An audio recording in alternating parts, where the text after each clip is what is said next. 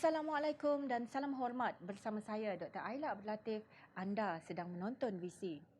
Kualiti perkhidmatan merupakan aspek penting yang menjadi cerminan bagi prestasi dan kecekapan khususnya dalam perkhidmatan awam. Sektor ini adalah penting kerana ianya merupakan nadi kepada kepimpinan dan keupayaan pentadbiran kerajaan kepada rakyat. Justru dalam menuju ke arah kepembangunan dan kemajuan, mereka inilah perantara di antara entiti kerajaan dan masyarakat di segenap lapisan. Hari ini kita akan membincangkan berkaitan dengan aspirasi kepimpinan dalam memperkasakan keupayaan sektor awam. Dalam episod kali ini, kita akan meneliti bagaimana evolusi pemikiran dan kepimpinan yang berlaku dalam sektor awam, inisiatif penambahbaikan sumber manusia dan selarinya transformasi pemikiran dan kepimpinan ini dengan visi jangka panjang. Sebelum kita memperkenalkan tetamu kita pada hari ini, kita akan lihat video pendek terlebih dahulu. I am very happy to be in the presence of the best civil service in Malaysia. You have a reputation for dedication, for responsibility, and for taking charge. And that is a blessing for Sarawak.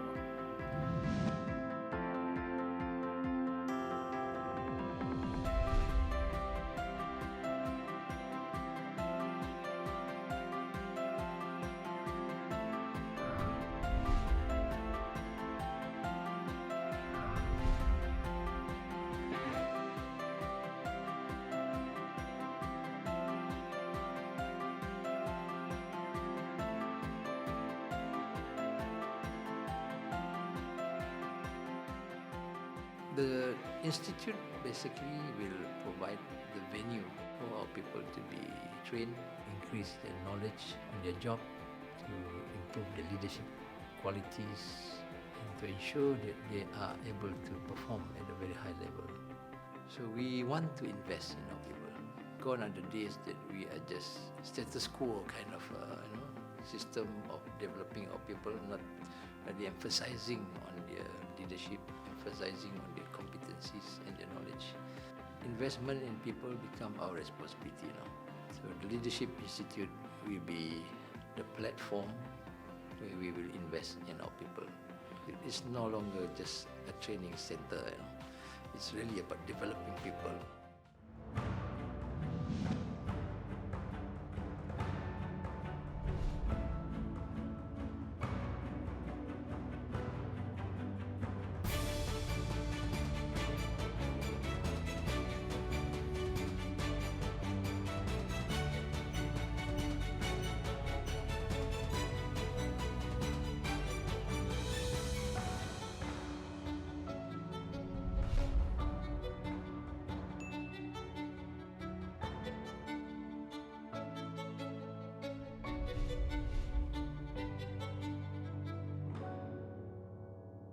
Baiklah, bersama membincangkan topik visi pada hari ini adalah yang berbahagia Tuan Haji Ismail bin Said, Ketua Pegawai Eksekutif Leadership Institute Sarawak Civil Service. Assalamualaikum Tuan Haji. Waalaikumsalam. Sehat, Alhamdulillah. Dr. Alia.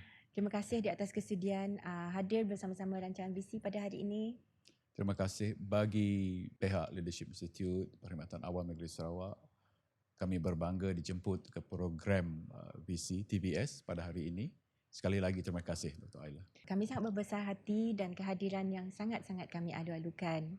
Baiklah, bagi penonton yang tertanya-tanya mengapa agaknya saya teruja pada hari ini adalah kerana tetamu jemputan kita merupakan seorang anak Sarawak yang berpengalaman luas dan bertemu dengan pelbagai komuniti global dari 3 benua yang berbeza, dan pengalaman dan latar belakang inilah yang saya kira sangat-sangat berharga dan membantu dalam menyumbang dalam penambahbaikan bagi sektor perkhidmatan awam negeri Sarawak. Baiklah Tuan Haji, berkaitan dengan penambahbaikan dalam perkhidmatan sektor awam negeri Sarawak, agak klise bila segelintir pihak mempunyai stigma ataupun mengatakan bahawa perlunya perubahan dibuat kepada penjawat-penjawat awam dari segi daya pemikiran mereka, dari segi daya saing, cara bekerja dan sebagainya. Pada pendapat Tuan Haji sendiri, perubahan strategik yang bagaimana sebenarnya yang kita sasarkan untuk menambah baik secara inklusif di pihak penjawat awam itu sendiri? Terima kasih Dr. Aila. Di sini saya ingin merujuk sebagai permulaan perbincangan kita kepada kata-kata inspirasi seorang tokoh kepimpinan yang agung, Nelson Mandela. Beliau pernah mengatakan, visi tanpa tindakan hanyalah mimpi. Tindakan tanpa visi pembuang waktu. Maka gabungan visi dan tindakan boleh mengubah dunia. Di sinilah titik tolak permulaan perubahan yang penting di dalam kita mengubah bukan daya pemikiran, tapi corak pemikiran. Corak pemikiran yang boleh membentuk satu daya saing, daya tahan dan daya juang. Tetapi bukan setakat kita membentuk corak pemikiran, tindakan kita perlu ada tujuan. Terutamanya pegawai PANS, Perkhidmatan Awam Negeri Sarawak, tindakan bertujuan kita harus didokong visi Negeri Sarawak. Kita perlu juga memperkasakan pegawai Negeri Sarawak dengan satu pembaharuan corak pemikiran kritis.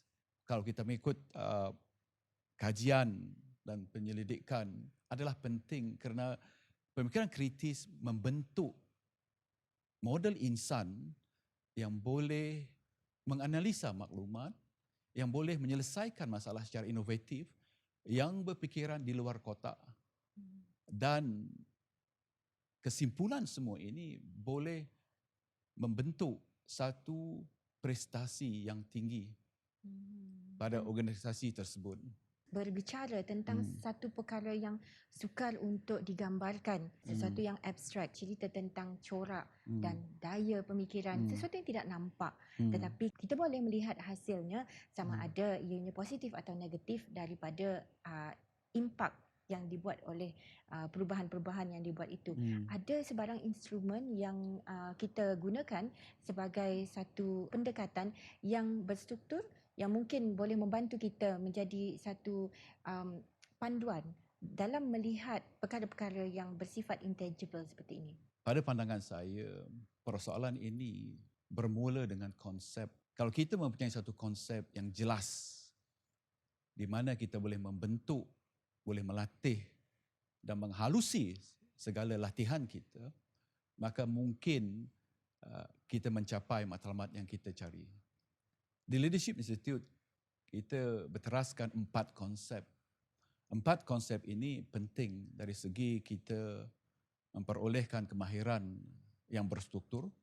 Yang kedua, kita menerapkan kemahiran ini di dalam ekosistem pekerjaan. Yang ketiga, kita perlu ada bimbingan dan maklum balas. Dan yang keempat, yang penting, individu itu perlu ada rencana pembangunan sendiri. Keempat-empat konsep ini boleh membentuk satu struktur tanpa kita sedari di dalam kita bertindak. Di Leadership Institute kita tekankan, saya ambil contoh baru-baru ini kita mengadakan satu program perlaksanaan berasaskan tindakan untuk pengurusan projek untuk Jabatan Kerja Raya Sarawak. Kita melangkah daripada bukan setakat menghadiri kelas secara semuka dalam program pengurusan projek, tetapi kita mengikuti di mana 30 pegawai tersebut mengaplikasikan kemahiran tersebut di tapak pekerjaan mereka. Jadi kita kaji bagaimana mereka menggunakan kecekapan ini, bagaimana mereka melaksanakan program tersebut dengan kemampuan yang ada. Perlu selepas itu kita halusi tindakan tersebut dengan bimbingan. Hanya dengan bimbingan dan maklum balas, kita boleh menjuruskan prestasi tersebut untuk menghasilkan satu tindakan yang bermakna di dalam konteks pekerjaan mereka. Bagaimanakah situasi-situasi yang meruncing dan sering berubah-ubah ini harus diambil kira dan kadang-kadang ianya mempengaruhi prestasi pekerja kita sendiri? Banyak faktor-faktor yang boleh secara amnya menggugat prestasi, keberkesanan program-program kepimpinan Perkhidmatan Awal Negeri Sarawak di dalam menyampaikan perkhidmatan. Tetapi kalau kita lihat di dalam ketidakstabilan semua ini juga peningkatan harapan masyarakat. Maka di dalam menyampaikan sasaran misi, visi Kerajaan Negeri Sarawak perlu peka dan prihatin. Kalau kita bertindak bertujuan, maka tindakan itu boleh mengurangkan pembaziran terutamanya. Kita boleh fokus kepada sasaran yang perlu kita ambil, di mana kita boleh menjuruskan bukan saja diri tetapi lingkungan di luar diri kita.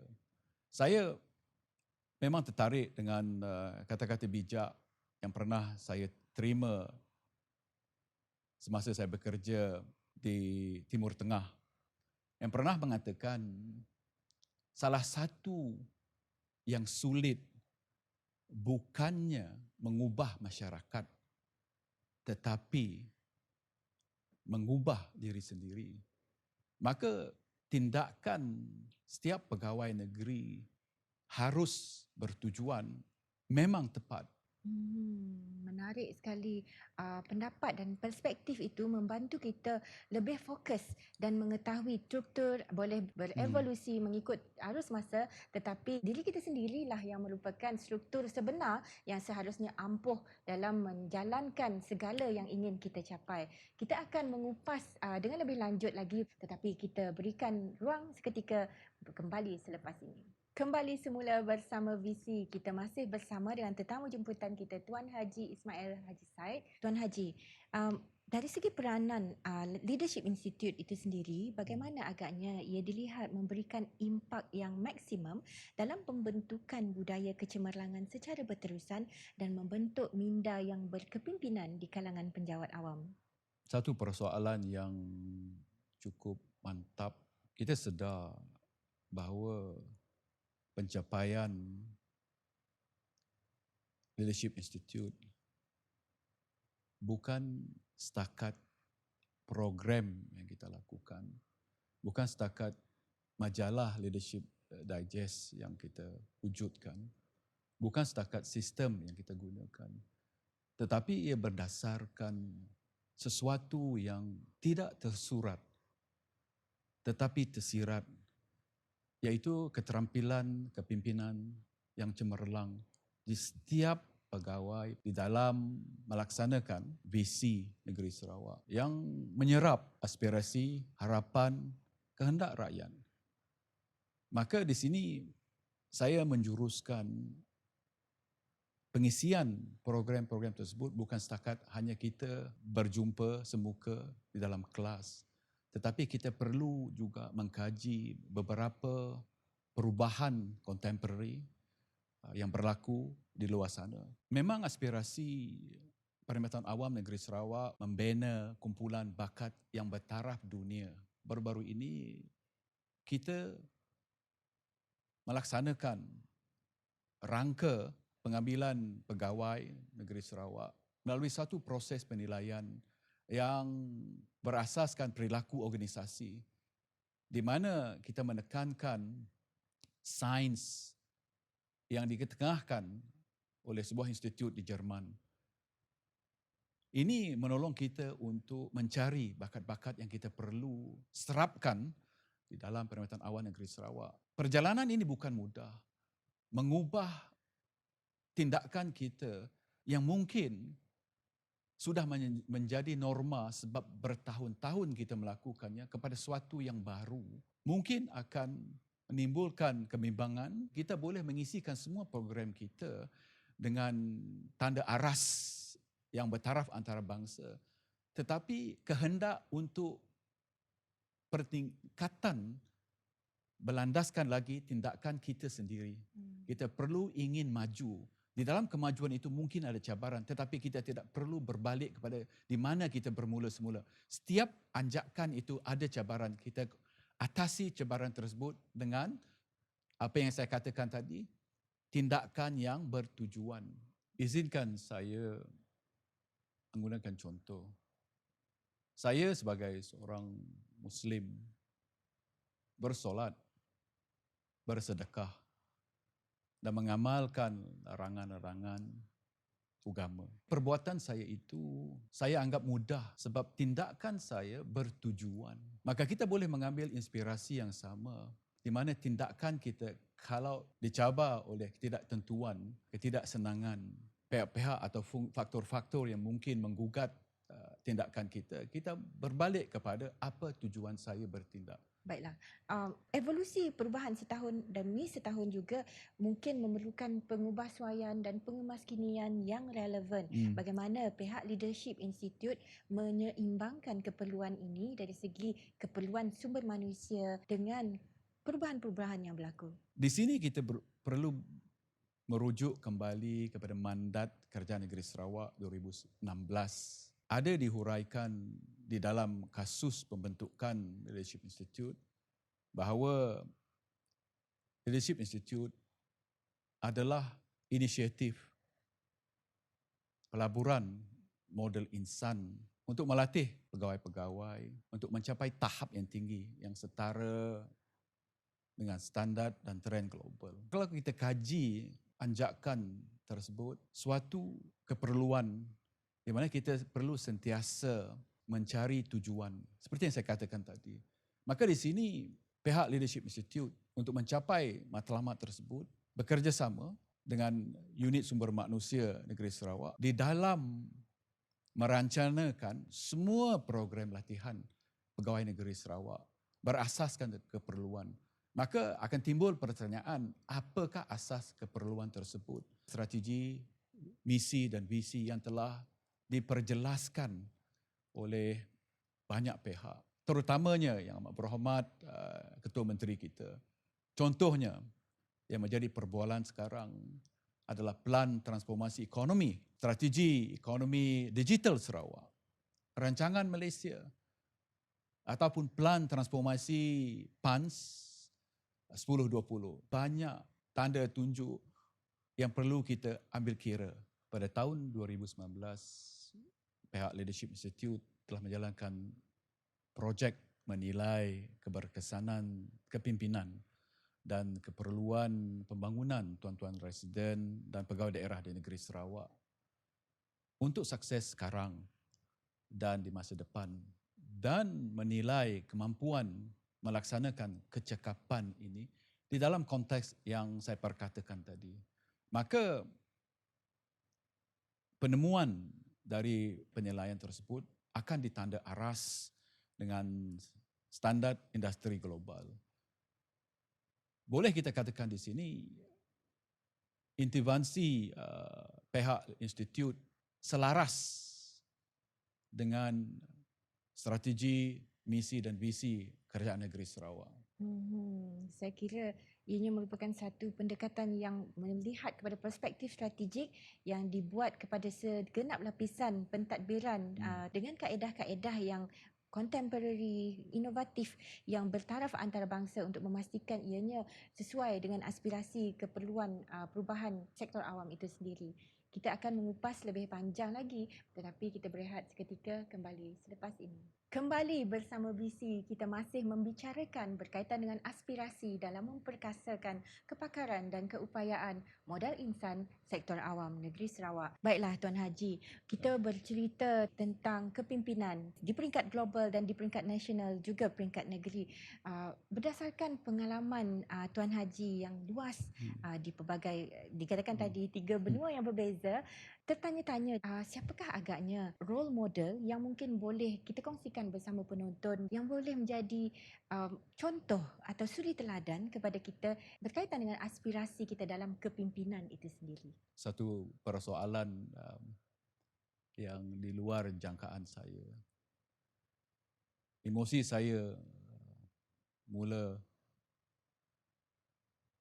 bergolak sebab pengenalan kepimpinan bagi diri saya bermula dengan ibu saya. Dari ibu saya mula mengenal konsep kepimpinan, kehadiran seorang pemimpin membawa kebaikan kepada yang lain Dan kesan itu berterusan jika pemimpin itu tiada. Maka kalau kita kaji perwatakan ibu, kita boleh mengupas beberapa ciri yang bagi saya cukup mantap. Kalau kita baca buku-buku kepimpinan, mereka menekankan pemimpin-pemimpin contemporary adalah pemimpin yang membangun pemimpin lain. Kalau kita imbas kembali perwatakan ibu kita, sebelum menjadi ibu, beliau menghususkan pembangunan diri sendiri. Tetapi selepas menjadi ibu, tugasan beliau adalah membangun orang lain, anak-anak beliau. Di sini kita melihat konsepnya sama. Kepimpinan itu mengambil masa untuk matang. Kesimpulannya di sini, saya memang merujuk kepada ibu saya sebagai satu contoh. Memang banyak pemimpin agung di luar sana. Tetapi untuk mereka, saya cuma cungkil dan petik kata-kata inspirasi dan kata-kata bijak dari mereka. Baiklah Tuan Haji, secara ringkas berbicara tentang aspirasi menuju ke arah negara maju 2030, mungkin ada sedikit sebanyak pesanan kepada generasi muda khususnya berkaitan dengan aspirasi bagaimana hendak memperkasakan pemikiran dan kepimpinan yang ada dalam diri kita menuju ke arah yang lebih baik. Di sini saya juga ingin kembali kepada kata-kata inspirasi Allahyarham Tok Nan. Tok Nan pernah berkata, mun ada mulut, jangan bisu. Mun ada mata, jangan buta. Mun ada telinga, jangan tuli. Perkataan ini mendalam sebab ia satu penjelmaan yang penting kepada setiap pegawai-pegawai PANS, di mana kita boleh mengimbas kembali apakah tujuannya. Ia semua berasaskan tindakan. Tetapi selepas itu kita perlu bertindak dengan gigih untuk menjayakan atau melaksanakan harapan, aspirasi dan kehendak rakyat. Baru kita boleh mencapai atau menuju kepada sasaran kita. Sebab Leadership Institute menjalankan kursus-kursus pegawai-pegawai baru ke dalam institusi PANS. Lafaz ikrar kita satu penghormatan untuk berkhidmat atau lebih dikenali dengan kata-kata an honor to serve. Lafaz tersebut bukan setakat mendabik dada tetapi perlu pengisian. Maka perlu kita rumuskan tanpa berbuat sesuatu, sasaran kita mungkin tidak tercapai. Baiklah Tuan Haji, sangat jelas bagi saya ianya merupakan satu hubung kait yang kita harus ketahui bahawa kita harus berfikir dengan penuh kesedaran dan rasional, ianya membawa kita ke arah aspirasi yang menjadikan kita seorang pegawai sektor awam yang bertanggungjawab, yang ada accountability, yang reliable dari berbagai segi. Transformasi secara kolektif akan dapat dijelmakan dengan sendirinya apabila kita berada dalam kelompok yang saling memperbaiki diri dan prestasi, konsisten dan bersistem hari demi hari dalam jangka masa yang panjang. Terima kasih sekali lagi Tuan Haji di atas kesediaan bersama kami. Semoga berjumpa lagi pada masa yang akan datang. Sekian untuk episod VC pada hari ini bersama kita ke arah perubahan diri dan pencapaian yang lebih baik untuk hari esok. Assalamualaikum warahmatullahi wabarakatuh.